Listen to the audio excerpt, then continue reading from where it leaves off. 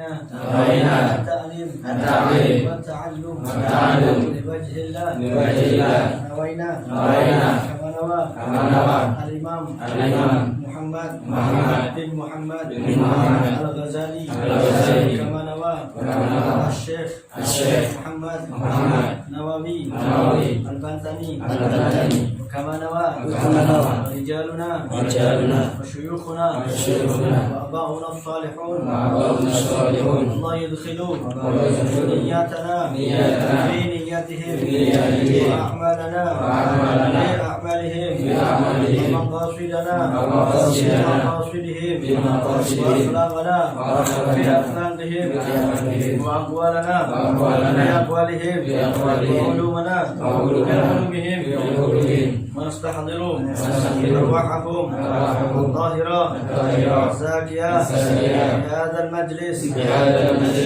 الشريف المبارك ونهدي لهم الفاتحة والحمد للنبي صلى الله عليه وسلم. الفاتحة.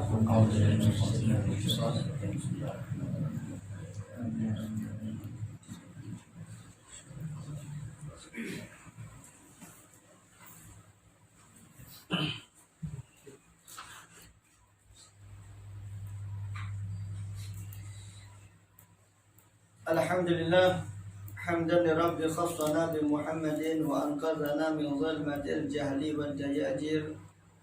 الحمد لله الذي هدانا بعبده المختار من دعانا إليه بالإذن وقد نادانا لبيك يا من دلنا وهدانا وصلى الله وسلم وبارك عليه وعلى آله. الحمد لله الذي جمعنا في هذا الجمع الكريم ففي هذا الجمع العظيم وفي الجلسة العظيمة نورنا الله وإياكم بمحبة الله ورسوله وتعظيم الله ورسوله والعمل بشريعة رسول الله صلى الله عليه وسلم. ولا حول ولا قوة إلا بالله العلي العظيم. سبحانك لا علم لنا إلا ما علمتنا إنك أنت العليم الحكيم. رب اشرح لي صدري ويسر لي أمري واحلل عقدة من لساني يفقهوا قولي. أما بعد. قال المصنف رحمهم الله ورضي الله تعالى عنهما ونفعنا بهما بعلومهما في الدارين آمين. فكل علم لا يدعوك من الدنيا إلى الآخرة فالجهل أعود أي أنفع عليك منه، أي من ذلك العلم فاستعذ بالله من علم لا ينفع وقل اللهم إني أعوذ بك من علم لا ينفع وقلب لا يخشى وعين لا تدمع ونفس لا تشفى وعمل لا يرفع ودعاء لا يسمع. وأكثر الدعاء عند طلوع الشمس وعند الزوال وعند الغروب وعند الإقامة وعند صعود الخطيب المنبر وعند قيام الناس إلى الصلاة. فلا ينبغي أن تخلو في جميع يوم الجمعة عن الخيرات والدعوات حتى توافيك الساعة الشارفة وأنت في خير. ولا بأس أن تدعو بهذه الدعاء اللهم إنا نسألك فقها في الدين وزيادة في العلم وكفاية في الرزق وعافية وصحة في البدن وتوبة قبل الموت وراحة عند الموت ومغفرة بعد الموت ولذة النظر إلى وجهك الكريم يا أرحم الراحمين ويا خير المسؤولين. Hadirin rahimakumullah, alhamdulillah kembali kita berkumpul di majelis yang mulia ini bersama-sama.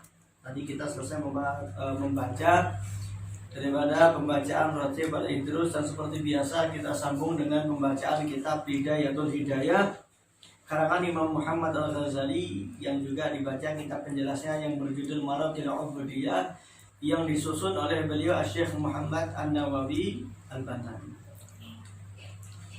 Minggu yang lalu ya, atau malam Sabtu yang lalu saya jelaskan sedikit tentang bagaimana fadilah orang membaca kitab Bidayatul Hidayah.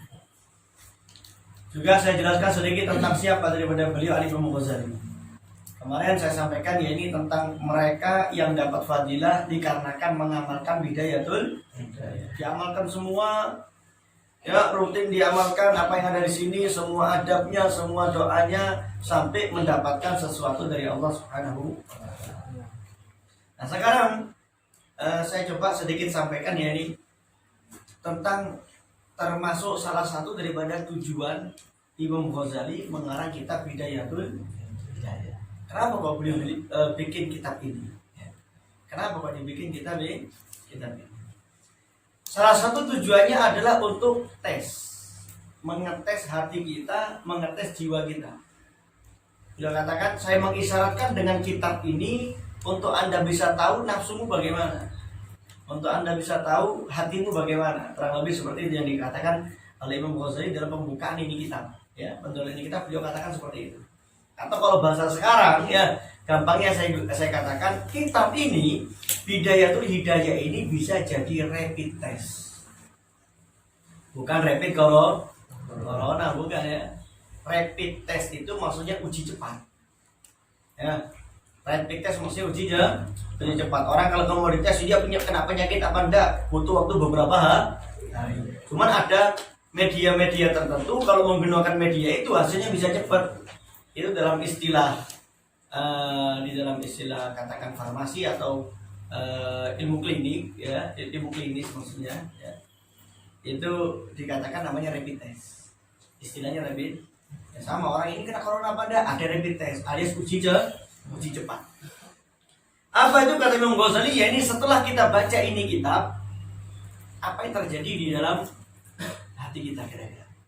Habis dengar yang disampaikan itu, bagaimana dengan yang pertama hati kita? Apakah kita condong untuk melaksanakan?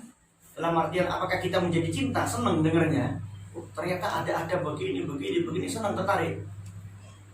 Nah, kemudian apakah nafsunya tunduk dalam artian mau ikut, mau nurut? Katakan adabnya begini, oh saya laksanakan. Jadi yang dites pertama hatinya. Kalau hatinya jadi muhibban, cinta, senang, ya, dengan apa yang ada, kemudian nafsunya mau nurut, mau tunduk, alias ngikuti apa yang disampaikan dalam ini kitab, ya, maka orang seperti ini dia siap untuk naik level Islam. Kalau Anda main game istilahnya naik level, ya, bisa ada yang terkunci itu kan. Nah, beliau katakan judul kitabnya adalah Bidayatul Hidayah. Kalau diartikan bahasa Indonesia artinya permulaan hidayah. Hidayah itu artinya permulaan. Kalau puncak namanya nihayah. Ya, ada kitab judulnya Bidayah, Al-Bidayah wa Nihayah. Ada judul kitab kan? Itu artinya permulaan dan puncak. Nah, kitab ini judulnya Bidayatul Hidayah, artinya orang yang dia mau ikut dengan apa yang di ini kitab, hatinya menjadi senang mendengarkannya dan nafsunya tunduk untuk melaksanakan, maka bisa dikatakan orang itu sudah permulaan untuk dapat yang namanya hidayah. Jadi saya sampaikan lagi. Beliau jelaskan di pembukaan ini kitab, di pendahuluan ini kitab, beliau katakan hidayah itu punya tingkatan. Hidayah itu ada permulaannya, ada puncaknya, ada bidayahnya, ada nihayah. Dalam istilah lain, yang namanya hidayah itu ada zahir, ada zahir itu yang kelihatan, batin yang nggak kelihatan. Gampangnya kalau saya anggap buah, zahir itu kulitnya, batin itu isinya. Oke.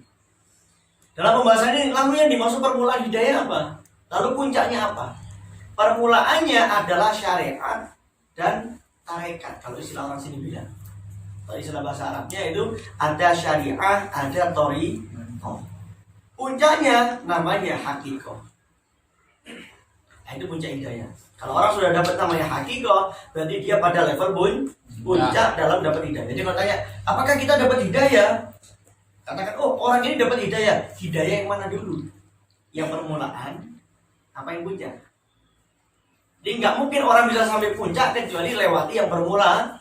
Permulaan Anda mau naik lantai 5, nggak bisa kecuali lewat lantai 1, 2, 3, 4. Harus sampai 5. Ya. Nah, kalau pakai istilah yang berikutnya ada zahir, ada batin. Kalau Anda mau lihat yang batin, Anda harus buka yang zahir. Gampangnya kelapa ya. Anda mau makan ini airnya, mau minum airnya, mau makan buah di dalamnya, dagingnya. Gimana caranya? Anda harus buka dulu kulitnya, pecah batoknya, baru dapat isinya. Nah, yang kulitnya tadi ini zahirnya, kemudian ada proses di sana sampai Anda pecah batoknya, sampai dapat isinya. Lalu apa yang dimaksud kulit di sana dalam penjelasan tadi itu? maka kulit dan serabut tadi itu yang dinamakan syariat dan juga thariqah. Kalau Anda bisa sampai minum isinya, berarti Anda dapat hakikoh atau istilah sini bilangnya hakikat. Paham ya? Ini pada ibaratkan buah. Kalau ada ulama kasih perumpamaan lain, hakikat itu seperti Anda kalau mau ambil mutiara di tengah laut. Apa yang harus Anda lakukan? Pertama, Anda punya kapal. Terus kapalnya harus dijalankan ke lokasi tadi itu, baru Anda dapat mutiara. Maka kapalnya itu syariat, Anda menjalankan itu kapal, itu namanya thariqah, dan Anda dapat mutiaranya itu haki. Dan saya paling suka perumpamaan yang ini. Kapal, kemudian kapalnya mengarungi lautnya, kemudian dapat mutiaranya. Nah, apa itu syariat? Apa itu thariqah? Apa itu hakikat? Syariat itu semua ilmu tentang agama, ilmu tauhid, ilmu fikih, ilmu tasawuf, apapun yang namanya syariat termasuk Anda belajar hadis, belajar tafsir, lain sebagainya, namanya syariat. Oke, berarti sekarang kita tahu syariat itu dipelajari. Maka nggak mungkin orang dapat mutiara tadi itu sampai puncak hidayah, ya. Tadi hakikat itu puncak hidayah. Nggak mungkin sampai puncak hidayah kecuali jalurnya mau tidak mau harus belajar. Nanti akan kita bahas, ya. Saya ingin bahas, nanti saya tembuskan dengan yang kemarin dikatakan hadir majelis ilmu sekali lebih baik daripada sholat 1000 rakaat. Nah, nanti akan sampai ke sana penjelasannya. Baik, maka tadi kapalnya adalah syariat dan syariat itu ilmu agama. Gak bisa sampai puncak kecuali belajar. Dalam satu hadis beliau sallallahu alaihi wasallam bersabda, "Man salaka thariqan yaltamisu fihi ilman, sahalallahu lahu thariqan ila jannah aw fi riwayah yasarallahu lahu bihi thariqan ila jannah aw kama qala Nabi sallallahu alaihi wasallam." Suatu hadis beliau mengatakan, "Man salaka thariqan," barang siapa yang dia menapaki suatu jalan, suluk. Bahasa tasawufnya namanya suluk, bahasa thariqahnya suluk namanya. Suluk itu apa? Suluk itu menapaki suatu jalan, berjalan. Atau gampangannya suluk itu mengembara. Tapi pengembaraan di sini ini pengembaraan spiritual. Barang siapa yang menapaki suatu jalan, yaltamisu fihi ilman, di jalan itu dia sambil mencari ilmu, punya bekal ilmu, ya, punya modal ilmu, maka Allah akan mudahkan jalannya dia itu, yaitu pada jalan yang sampai ke surga. Jalan sampai ke surga. Dengan apa? Dengan ilmu yang dia pelajari. Sama. Sekarang tanya, mau masuk surga? Oh ya, nah ini hadis. Orang mau jalan ke surga, itu modalnya pakai ilmu. Orang menapaki suatu jalan berbekal dengan yang namanya ilmu, maka dia tahu jalan sampai surga. Dimudahkan sama Allah jalannya sampai ke surga. Dengan apa? Bi taufiqillah, dengan cara Allah kasih taufik. Dengan cara Allah kasih taufik. Berarti artinya orang yang dia ingin menuju kepada Allah, ingin memperbanyak ibadah, nggak bakal diterima kecuali dengan yang namanya ilmu. Dalam kitab As-Subat, ya, beliau Al-Imam Ibn Ruslan, ya, Imam Ibn Ruslan, beliau mengatakan, "Faman bi ghairi ilmin ya'malu fa'amaluhu mardudatun la tuqbalu." Di syairnya beliau katakan, "Faman bi ghairi ilmin," maka barang siapa yang tanpa ilmu, gak pakai modal ilmu, wis pokoknya ngelakoni, kasih sinau kan kesuwe. Saya nggak suka dengan majelis ilmu. Kenapa? Masih teori. Saya suka langsung praktek. Apa kata beliau? "Faman bi ghairi ilmin ya'malu," maka barang siapa yang dia beramal tanpa ilmu, fa'amaluhu mardudatun, maka amalnya tertolak. Fa'amaluhu mardudatun, tertolak, la tuqbalu, nggak diterima. Ini ibarat orangnya, wes penting aku sembahyang sunah sing akeh, tahajud sing akeh, poso sunah sing akeh, zikir sing akeh, maca Quran sing akeh, sedekah sing akeh. Tapi dia nggak punya ilmunya sedekah, dia nggak ngerti adabnya sholat, dia nggak ngerti adabnya puasa, ilmu puasa nggak ada juga, zikir juga demikian. Maka semua sholatnya, puasanya, zikirnya, baca Qurannya, sedekahnya ditolak, nggak diterima. Karena nggak ada ilmu. Kok bisa? Kan dia sholat, kan dia sedekah. Ya kalau sholatnya salah, secara fikih salah, secara tasawuf salah, ya. Sholatnya benar, fikihnya benar, rukunya dikerjakan, sunnahnya dapat. Tapi ternyata hatinya ketika sholat salah. Sholatnya karena dia, sholatnya karena sum'ah. Oh, dia nggak sombong, dia nggak pamer, tapi ada bangga diri. Gara-gara bangun malam. Saya kalau saya datang ke masjid, saya sholat, jelas saya riya, bisa saya untuk riya. Kenapa? Dilihat orang. Dan orang ngerti nih, aku 5 waktu dalam masjid. Akhirnya saya putuskan, saya ingin lebih giat sholat di mana tahajud. Kenapa? Saya bangun malam, sholat saya di rumah, nggak ada yang lihat. Bisa riya nggak? Nggak bisa, nggak ada yang tahu. Bahkan mungkin istri anak-anaknya nggak ada yang tahu. Bangun malam, ambil wudhu, sholat, baca Quran sampai subuh. Saya nggak riya, tapi bisa kena penyakit lain namanya ujub. Bangga diri. Kamu deh. Aku ibadah, gak penting dilihat orang. Yang penting saya bisa ibadah. Sehingga timbul apa? Dia merasa saya kalau malam bisa bangun orang lain tidur, merasa lebih baik daripada yang tidur. Itu ujub sudah namanya. Itu namanya ujub. Karena dia mengatakan saya bangun malam tahajud sementara orang lain tidur, berarti saya lebih baik. Ujub itu bentuk maksiat. Maksiat batin namanya. Dan semua urusan batin itu efeknya lebih besar daripada urusan zahir. Maksiat batin itu dosa yang lebih berat daripada maksiat zahir. Maksiat zahir itu apa? Orang nggak sholat maksiat zahir, orang mencuri maksiat zahir. Tapi maksiat batin itu lebih besar dosa. Amal juga demikian, amal batin itu lebih besar pahalanya daripada amal zahir. Orang punya sifat tawadhu, gampang memaafkan, itu lebih besar fadilah yang dibanding amal zahir. Ayo lagi sekarang. Maka faman bi ghairi ilmin ya'malu fa amaluhu mardudatun la tuqbalu karena Ibnu Ruslan. Semua orang yang beramal tanpa ilmu, amalnya pasti ditolak, enggak diterima, mau enggak mau. Karena bisa jadi banyak sekali dalam ibadahnya itu kekeliruan. Kemarin saya bahas sedikit tentang apa? Sholat. Berapa banyak kita lihat orang sholat, Allahu Akbar, pingkem, moro-moro rukuk. Sedangkan syarat Al-Fatihah, di antara 17 syarat Al-Fatihah, itu salah satunya bisa didengar oleh telinga sendiri. Ya, tak kasih contoh lain sekarang. Yang ini banyak orang salah dan banyak nggak tahu. Karena banyak yang nggak tahu, dikira amalnya sudah benar. Contoh apa? Puasa. Yang sudah lama ikut majelis ini pasti tahu. Apa puasa itu? Orang menelan air liur itu hukumnya boleh. Ketika puasa boleh, walaupun ada kumpulkan. Kok ngelak yo? Kumpul terus di ngake.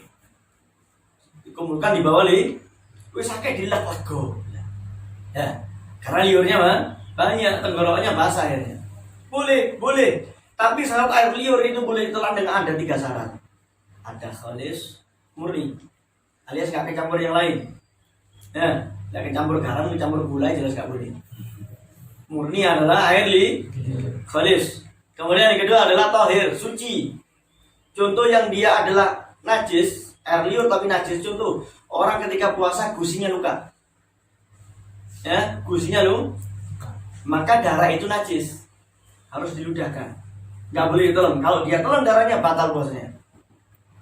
Jadi ya, diludahkan. Sampai dia ngeludah lagi nggak keluar darah. Berarti sudah nggak ada darah lagi kan? Alias darahnya sudah nggak keluar. Lalu ditelan air liurnya batal. Kenapa? Air liurnya najis karena mulutnya habis kena darah, mulutnya najis. Jadi harus dia buang dulu darahnya sampai nggak keluar darah lagi. Sudah berapa kali dia meludah nggak keluar darah lagi, maka dia wajib umurnya disangatkan alias sampai merata di seluruh bagian dalam mulut. Nggak sengaja masuk nggak masalah. Kenapa? Karena kumurnya hukumnya wajib. Beda kalau kumur ketika wudhu. Orang puasa kalau wudhu kumurnya nggak boleh banyak-banyak, sedikit. Kalau banyak nggak sengaja masuk batal. Kalau sedikit, ini bedanya kumurnya ketika puasa sama ketika nggak puasa dalam wudhu. Kalau di luar wudhu mau sedikit mau banyak nggak sengaja masuk batal. Oke. Berarti dia harus kumur dulu. Sampai sini sudah banyak orang kata. Dikira yang penting nggak ada darahnya ditelan. Tapi air liurnya itu masih najis karena mulutnya belum disucikan pakai air. Itu batal. Oke, itu syarat yang kedua. Contoh juga yang kedua ini adalah orang habis muntah. Orang kalau muntah asalkan nggak disengaja muntahnya, itu tidak membatalkan tapi mulutnya najis. Harus dia buang dulu sisa muntahnya di mulut, baru kemudian kumur kayak tadi. Kalau sudah airnya dibuang, nggak ada sisa air lain di mulut, baru boleh telan air Kalau yang muntahnya disengaja itu baru batal puasa. Yang ketiga, syaratnya liur ketika puasa boleh ditelan itu masih ada dalam mulut. Kalau sudah sampai merah bibir, ini bagian luarmu. Sekarang berapa banyak kita lihat orang puasa bibirnya kering, terus gini. Maka dia menelan air liur yang sudah ada di luarmu mulut, batal puasa. Banyak apa sedikit? Nah, ini yang dimaksud dengan Ibn Ruslan. Faman bi ghairi ilmin ya'malu fa'amaluhu mardudatun la tuqbal. Belum yang lain yang kita bahas. Maka orang kalau nggak pakai ilmu beramal pasti salah, ditolak, nggak diterima. Beliau nggak katakan barangkali ditolak, tapi beliau katakan ditolak dan tidak diterima. Zikir juga gitu, zikir punya ilmu, baca Quran punya ilmu, sedekah punya ilmu, sedekah tapi bisa nilainya maksiat, sholat bisa nilainya maksiat, berangkat haji pun juga nilainya bisa maksiat. Jadi maksiat itu nggak cuma yang kelihatan secara zahir, mencuri, ya, pukul orang, nggak mesti. Sholat bisa maksiat nilainya. Ya. Belajar fikih itu nggak belajar tasawuf, maksiat. Karena fikih itu ngurus zahirnya sholat, tasawuf ngurus hatinya dalam sholat. Kalau dua-duanya kerjakan baru benar. Ini sudah bukti orang tanpa ilmu pasti ditolak amalnya, nggak bakal diterima. Kembali ke hadis yang tadi. Masalah katorikan yaltamisu fihi ilman yasarallahu lahu bihi tariqan ila jannah. Orang yang dia menampaki suatu jalan dan dia berbekal yang namanya ilmu, mencari ilmu ketika perjalanan tadi itu, alias ada sambil ngelakoni sambil belajar. Nah, kalau ini maka Allah mudahkan dengan cara Allah kasih taufik supaya dia dapat petunjuk. Ini loh jalan ke surga. Maka orang kalau dia sudah belajar, paling tidak dia sudah tahu jalan yang ke surga. Sekarang bayangkan orang yang penting sholat, yang penting zikir, yang penting baca Quran. Berarti asal jalan kan? Ya kalau benar jalannya. Kalau salah, nggak bakal sampai. Ibarat orang yang punya ilmu syariat, itu ibarat misalnya, kasih contoh. Dari sini mau berangkat ke Jakarta, nggak pernah berangkat ke sana. Katakan zaman dulu nggak ada transportasi, nggak ada bis, nggak ada kereta api, ya nggak ada pesawat, ada cuma naik kuda dia. Nggak pernah ke sana, mau berangkat sendirian. Wis, yang penting niat. Sampai nggak? Sampai Banyuwangi itu sih. Tujuannya jangan. Kenapa? Jalannya nggak tahu masih, nggak tahu. Sehingga nggak bisa orang beragama tanpa ilmu itu nggak bisa. Orang beragama tanpa ilmu nggak bisa. Oh, dia nggak tahu jalannya yang mana. Nggak tahu jalannya yang mana. Ini masih permulaan hidayah. Apa itu yang pertama tadi syariat? Ilmunya dulu. Baru yang kedua toriko. Toriko ini apa sih? Kok saya tahu ada toriko Syadziliyah, ada Naksabandiyah. Saya nggak bahas itu ya. Toriko itu artinya adalah menjalankan syariat. Anda sudah belajar ilmunya sholat, dijalankan sholatnya namanya toriko. Anda sudah belajar ilmunya puasa, jalankan puasa yang namanya toriko. Jadi toriko itu adalah bentuk aplikasi daripada syariat. Diaplikasikan syariatnya berarti orangnya bertoriko. Makanya contohnya tadi yang saya paling senang, syariat tadi apa? Ibarat kapal. Toriko itu apa? Ya kapalnya dijalanin. Kapalnya dijalankan kapalnya. Itu namanya toriko. Jadi belajar syariat sama aja kayak bikin kapal. Kapal sudah jadi alias ilmu syariat sudah dapat. Walaupun nggak semua, yang penting ilmu-ilmu yang wajib yang dia pelajari, ya. Karena syarat jadi wali itu nggak harus alim, tapi wali nggak ada yang bodoh. Nanti ya, syarat jadi wali nggak harus alim, tapi wali nggak ada yang bodoh. Wali pasti punya ilmu. Karena bagaimana orang jadi wali? Tadi kan saya jelaskan orang ibadah nggak pakai ilmu pasti ditolak. Ya nggak mungkin kalau ibadah ditolak langsung jadi wali. Jadi ngomong secara umum. Oke, balik toriko itu menjalankan syariat. Kalau sudah ini dijalankan, ilmunya sudah dipelajari dan dia amalkan ilmunya, sabar menjalankan, istiqomah menjalankan, hatinya dibersihkan ketika menjalankan. Ingat di syariat tadi ada fikih, ada tasawuf.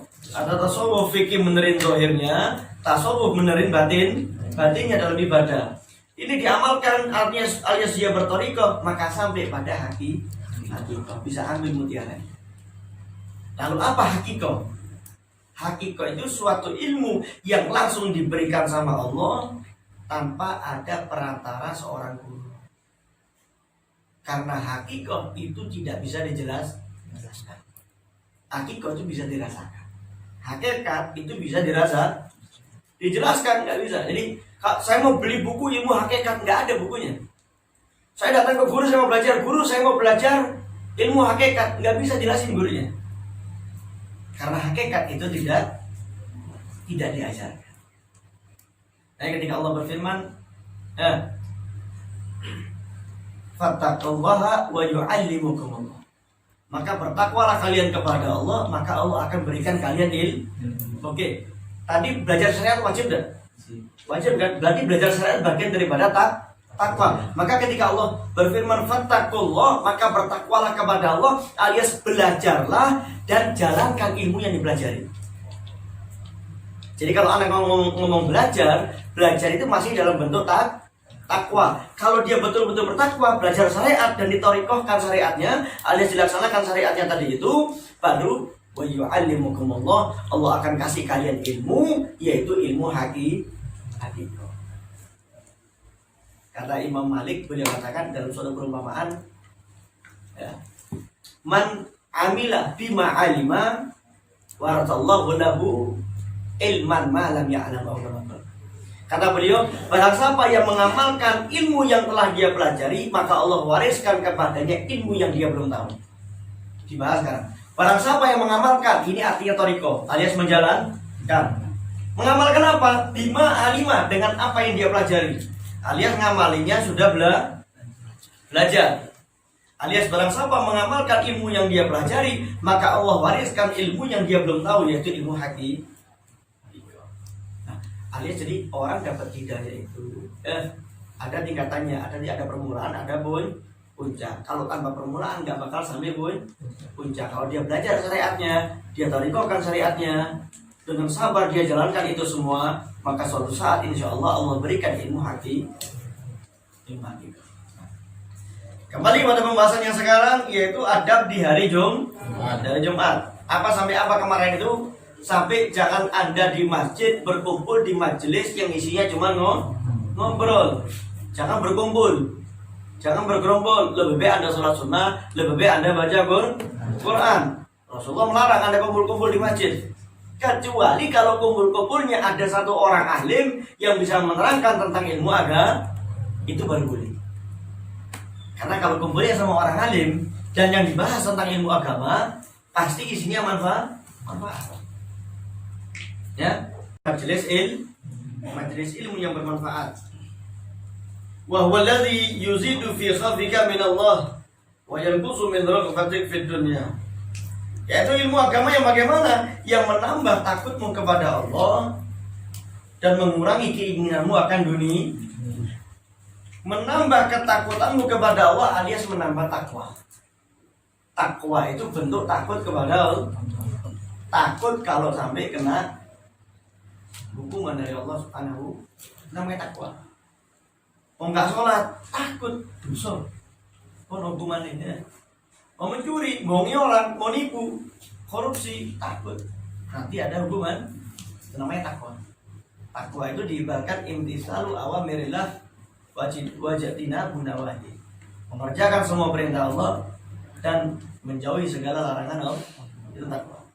Maka hadirilah majelis ilmu yang bermanfaat, yaitu yang menambah kata-katamu kepada Allah, itu menambah takwamu dan mengurangi keinginanmu akan dunia. Alias tidak cinta dunia, alias zuhud. Saya sudah terangkan minggu lalu, mungkin atau 2 minggu yang lalu, maka zuhud. Ya, pernah saya cerita, belum yang tentang Syekh Ibn Arabi punya murid, belum pernah. Oke, sekarang bahas maka zuhud. Tadi ilmu yang dikatakan ilmu yang menambah takut kepada Allah, mengurangi keinginan akan dunia. Mengurangi keinginan akan dunia artinya menuju kepada arah zuhud. Zuhud itu artinya tidak cinta dunia. Lawan dari hubbud dunia. Hubbud dunia itu cinta dunia. Lalu zuhud itu bagaimana? Nah, banyak orang salah kaprah, dikira zuhud itu harus miskin. Dikira zuhud itu harus rumahnya kecil. Dikira zuhud itu barangnya harus barang biasa, nggak boleh mewah. Bukan itu yang dimaksud zuhud. Zuhud itu tidak meletakkan dunia di hati. Kalau digenggam dunianya boleh, tapi nggak diletakkan dalam hati. Sebagai contoh, suatu ketika Syekh Ibn Arabi, seorang sufi besar, Syekh Ibn Arabi ini tinggalnya di mana? Bukan Timur Tengah, bukan. Syekh Ibn Arabi itu tinggalnya di Andalusia. Andalus. Kalau sekarang negerinya namanya Spanyol. Andalusia. Ya, dulu kekuasaan Islam. Syekh Ibn Arabi tinggal di Andalusia. Beliau punya murid. Muridnya ada di kota lain lah katakan, pokoknya di tempat lain. Punya murid. Dan muridnya di tempat lain itu punya murid lagi. Ngerti ya? Alias katakan dia habis mondok ke sana, selesai mondok dia ke tempat lain buka majelis. Atau buka mondok kayak gitu. Nah, suatu ketika muridnya Syekh Ibn Arabi ini sumpah. Mikir dia, saya ini kok sumpah, kenapa? Mungkin ada maksiat yang saya lakukan. Mungkin ada kekeliruan yang saya kerjakan. Bingung dia. Sampai akhirnya ya sekedar info, yaitu muridnya Syekh Ibn Arabi ini termasuk orang yang hidupnya sangat-sangat sederhana. Makan itu tiap hari cuma makan ikan, tapi cuma kepalanya toh. Nggak merasakan sampai badannya ini ikan, enggak. Yang dimakan cuma kepalanya toh. Ya saking sederhananya beliau. Tapi kok sumpah kenapa? Salah apa? Dia kirim muridnya dikirim untuk berangkat ke gurunya ini. Jadi katakan istilahnya kalau persilatan namanya kakek guru ya. Jadi dia punya guru, gurunya punya guru lagi. Maka kalau murid ini langsung ke gurunya guru, berarti ke kakek guru kan. Nah, diutus ya, coba kamu ke guruku, tanyakan sama guruku saya ini salah apa. Kok hati saya tidak enak, kok pikiran saya sumpah. Ya, orang kalau hatinya bersih, pasti jiwanya apa salah saya ini apa? Maka berangkat muridnya dicari gurunya Syekh Ibn Arabi di tempatnya di Andalusia. Sampai di sana muridnya heran. Ternyata gurunya guru saya itu rumahnya mewah kayak istana. Syekh Ibn Arabi ini orang kaya, rumahnya mewah. Katakan kalau sekarang kayak istana, keramiknya dilihatnya mungkin dari bukan keramik, mungkin marmer atau apa. Tinggi juga rumahnya, hiasannya, semua serba mahal. Sampai akhirnya orang ini ketemu Syekh Ibn Arabi. Dia sampaikan, saya punya guru namanya Fulan ini muridmu. Saya diutus sama guru saya untuk tanya sama kamu. Guru saya itu sumpah, hatinya gelisah, galau istilah sekarang ya. Tidak sekarang galau. Tanya ini, guru saya salah apa? Saya diperintahkan sama guru saya untuk tanya kepada engkau, wahai Syekh, guru saya ini salah apa? Apa kata Syekh Ibn Arabi? Sampaikan kepada gurumu, jangan hubbud dunia, jangan cinta dunia. Padahal tadi orang yang galau tadi kayak gimana? Hidupnya sederhana, tiap hari cuma makan kepala ini. Tapi nasihat gurunya, jangan hubbud dunia, jangan cinta dunia. Di sini timbul penjelasan. Artinya apa? Orang yang namanya zuhud itu nggak harus miskin. Orang yang namanya zuhud nggak harus juga nggak boleh kaya. Zuhud itu tidak meletakkan dunia dalam hatinya. Walaupun makannya tiap hari kepala ikan, tapi terbesit di hatinya, kok makan gini? Ingin makan yang ini. Itu masuk namanya hubbud dunia. Tapi orang yang dia tiap hari makannya enak, belum tentu dia itu termasuk hubbud dunia. Rumahnya mewah, belum tentu hubbud dunia. Yang penting gak diletakkan dalam hati. Ya. Beli burung ya, sekarang orang musim burung ya. Ini orang gua malu 5 juta. Yang ini biro 20 juta. Boleh nggak punya kayak gitu? Boleh, taruh rumahnya. Boleh, nggak masalah. Tapi nggak dijadikan yang dia miliki itu sebagai kecintaan.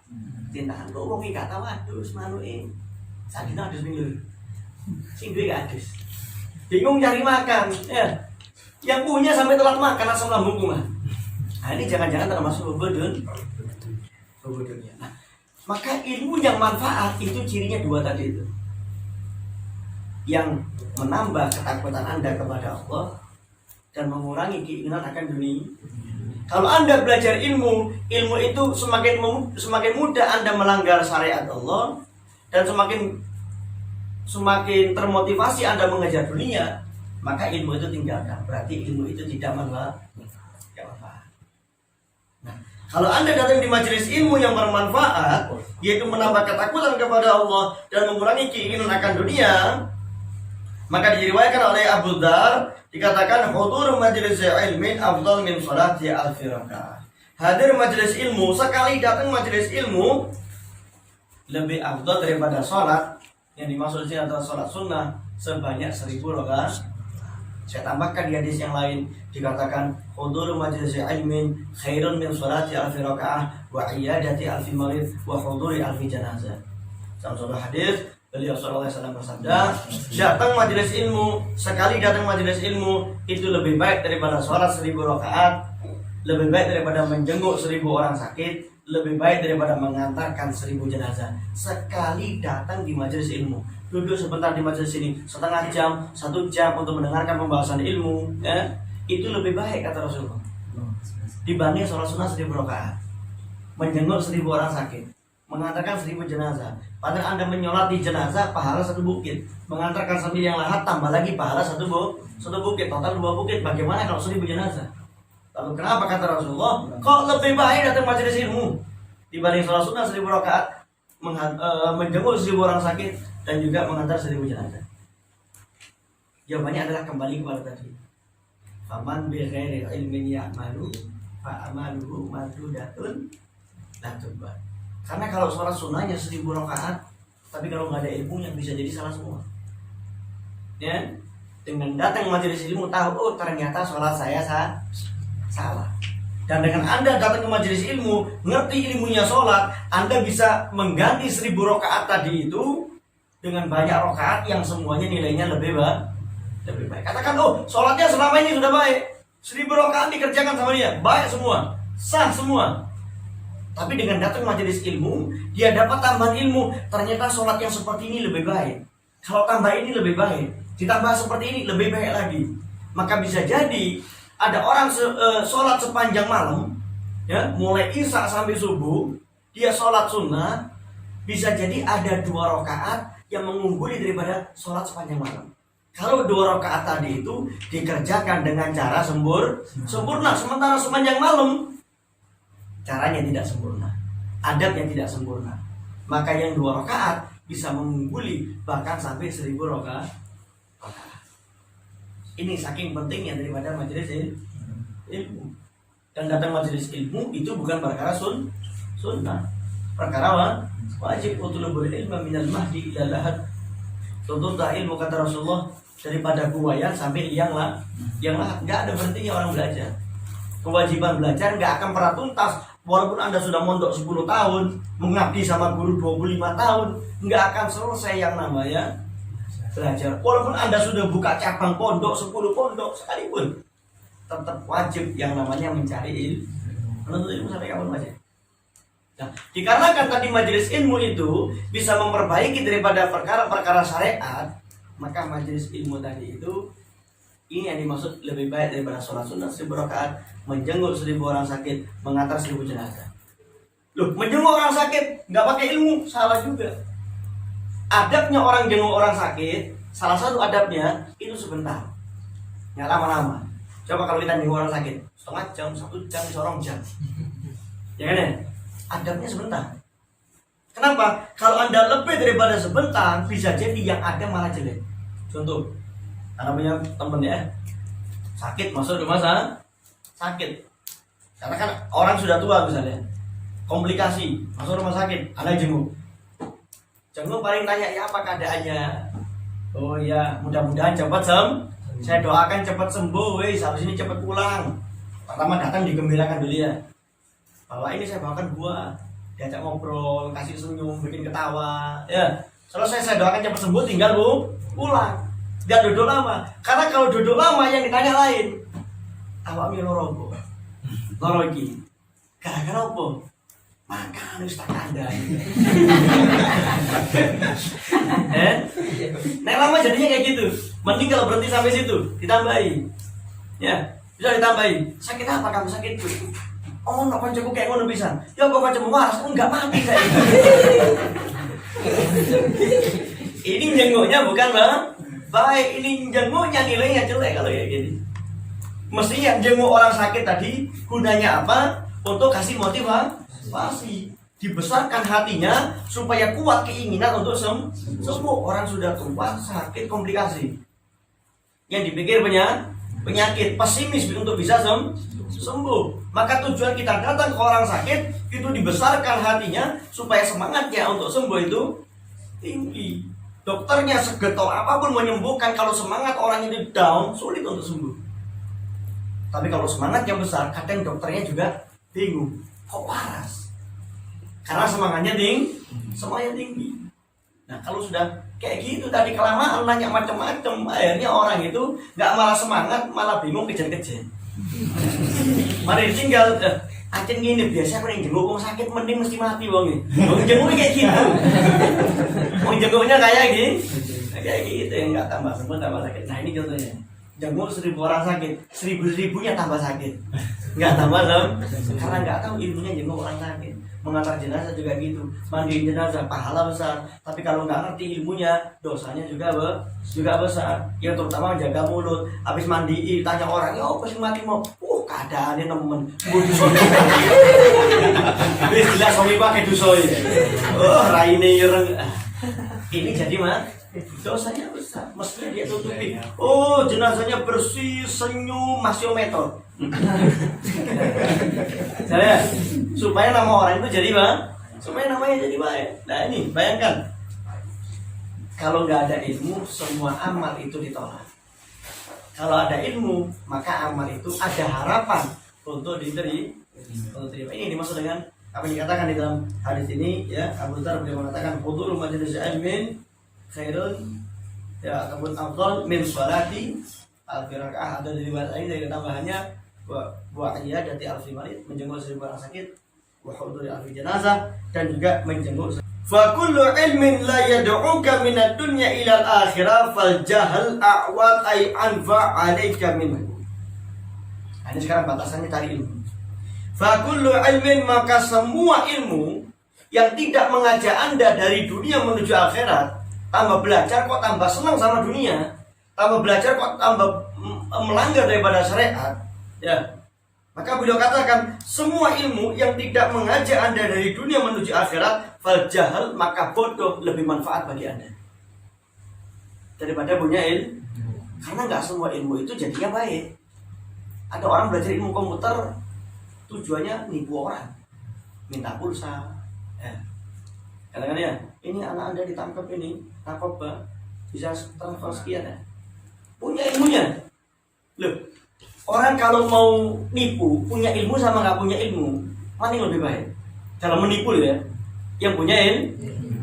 Nah kalau orang nggak punya ijazah, paling nipu 100.000, 200.000 ya, nyolong paling 1 juta orang.